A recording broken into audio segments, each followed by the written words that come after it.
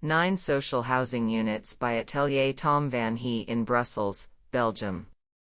Inspired by the applied brickwork and volumes used in the street, 9 user-owned townhouses are being built in the street. By removing a few cobblestones from the pavement, neighbors made small artificial gardens in the street. There is also room for a small garden at the entrance of the new houses. Variations in brickwork and patterned glass further strengthen the identity of the houses.